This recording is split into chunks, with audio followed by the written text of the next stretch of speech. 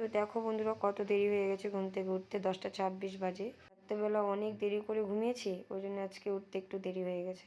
উঠেছি অনেকক্ষণ, শুয়ে শুয়ে ফেসবুক ঘাঁটছিলাম, তো বুঝতেই পারিনি কখন 10টা বেজে গেছে।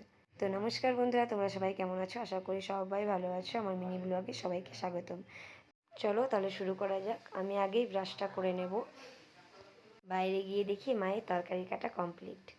আজকে রান্না করবে থোর দিয়ে ডাল বাটা, লাল ডাঁটা দিয়ে সর্ষে বাটা, ডাল আর পাঁপড়। তো চলো বন্ধুরা, আমি ব্রাশ করে নেই।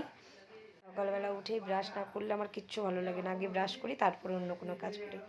তো চলো ব্রাশ করতে করতে মায়ের সঙ্গে গল্প করে নিই। মাকে বলছিলাম, মা তুমি কি পুজো দিয়ে দিয়েছো? মা বলছে না, পুজো দিইনি। তা আমি বলছি যে ঠিক আছে, তাহলে তুমি রান্নাটা তাড়াতাড়ি করে নাও।